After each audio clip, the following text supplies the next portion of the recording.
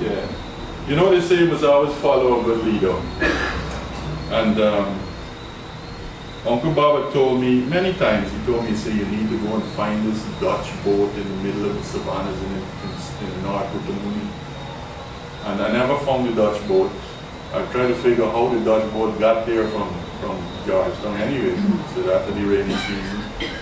But he told me that I should go to this place in the Upper Mazaruni, go to Mbaimadai, and you will see probably the most beautiful place in Guyana. It's not an easy trip, that's why I like the Rupununi, because the Rupununi is somewhere where you can easily get from.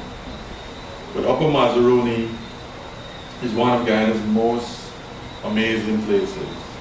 It should be in your bucket list. It's not easy, but we had to fly there, we had to do logistics, and it was an unbelievable trip nevertheless. So we had about 2,700 feet above sea level here in a little PARTANG river, which is a tributary to Mazaruni River. And this is above Cameron. We had a guide named Tyson, and he was an amazing fellow. But the guides also are sometimes the people who make the trip special, because they're willing to be a part of your group. Next. I put this in because to me these are probably the happiest people in the world. They don't have no taxes, no bills, no GPL turning off the phone every day. And in the bush after 4 days you realize how little you need to survive. And that's probably why I really love the bush, because you don't need all the frills. You just enjoy the natural beauty. You feed yourself when you're hungry, and you gotta remember to brush your teeth. You don't shave, and it's just your peace. You actually recharge and re-energize your batteries. And I was just trying to think of, they ain't got no seat belts. They didn't even have like jackets. And they're behaving good, these kids there. So I believe we missing a boat. They in a boat, but we missing the boat. And sometimes you wonder. Next. So this is one of the places that Uncle Bob had sent me. He said you must visit MAIPURI Falls, you must visit the Tamari Rock paintings, which I didn't put an image of, but Tamari Rock paintings is something that you must visit. It's a good walk up a mountain. I said earlier, never believe Amerindians and Uncle Bobby when they talk about distance. Because Uncle Bob said to get to MAIPURI Falls, you just hit a bump and you just walk over this bump. In 5 minutes, you're going to just walk over the bump, jump in another boat, and you're there. So, we like brave youths. We, well, not really youths, we're a little older than youths. We decided we're going to load up with all our gear. Instead of 5 minute walk over the bump, but like you got Amerindian in it. Yes.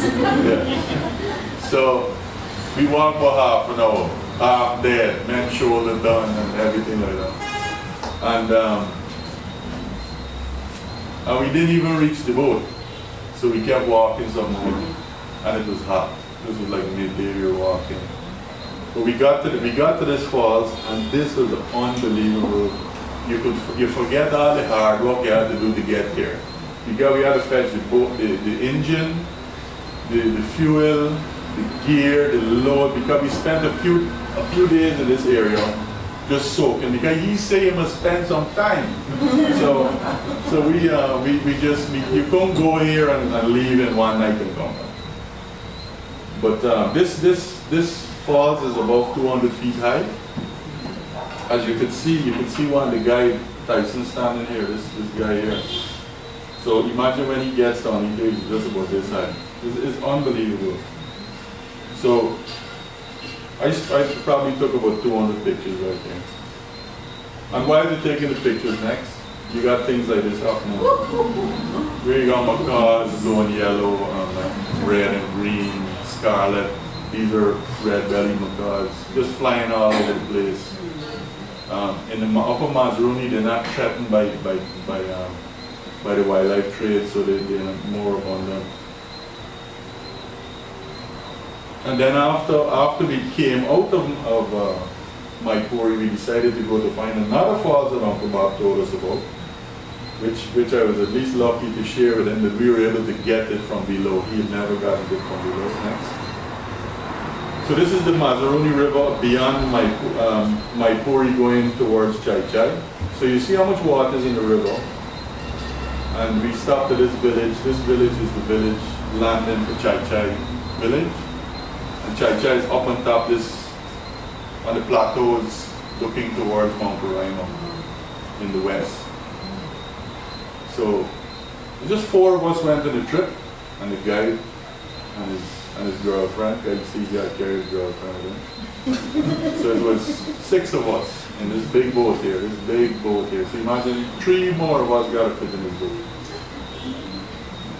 And then we went up the river a little more, and we got to an area where we could no longer go. So I asked Tyson, I said, how far is the falls? He said, well, just down there.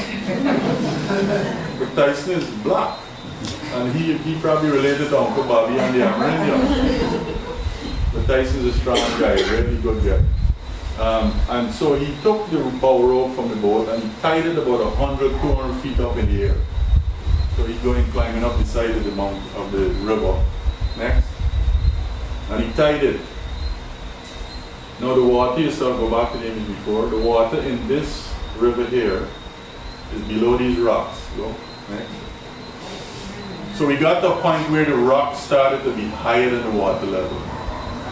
And so he said we got to tie. So he tied the boat like way up in the bush, yeah. So you asked him, where you tying the boat up there? He said, well, if the rainfall ups up, the boat will be buried here if we tie it low.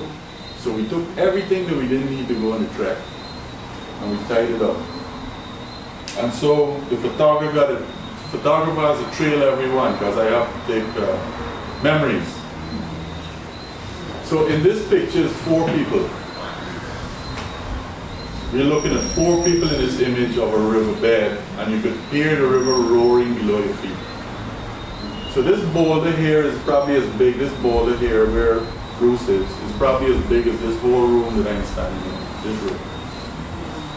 So that's Tyson there with his wire sheet. They're probably about almost a quarter mile away from me.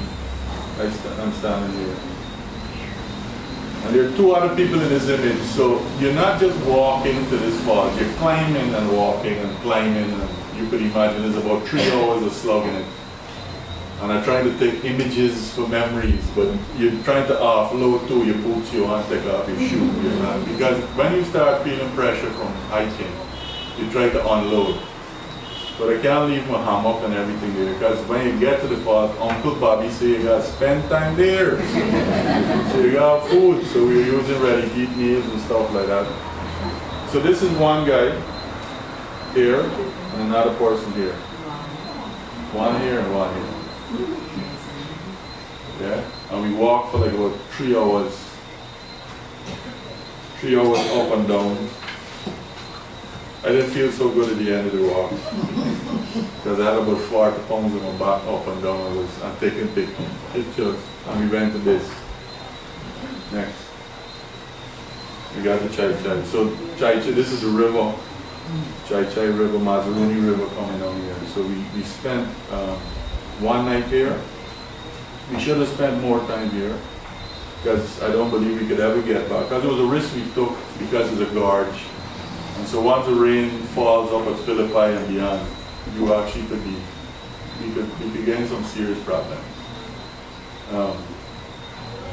We slept up above the falls in the bush here on a little ledge about half the size of this room, 6 of us.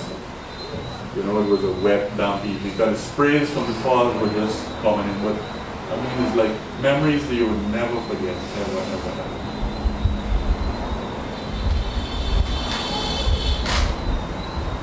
Next. I think it's time for another trip. Because one of the problems that we have, and my wife is here so she could hear this for the first time, is that one is that I believe we miss in the boat. Because like how the people in the boat weren't missing the boat, we miss in the boat because we don't realize how lucky we are. The politicians will never realize how lucky we are. And Guyana is someplace where you need to go and visit. You need to go and see the place. Make some time. You got time running out. Because when I started doing this, it was 1990, a little bit like 91. And even now we're running out of time because we have so much work to do. And every time we come back from a trip, this is the part my wife never heard. When we driving, coming down the road, we hit Linden. You turn to your friend and say, hey, you go back next week. Because it is a, and then Uncle Bob, when I'm recapping, would say, watch yourself, boy, you're going to turn bush. Uncle Bob would always tell me that. Because he turned bush for a while in his life. And I know that you will turn bush if you do. Thank you.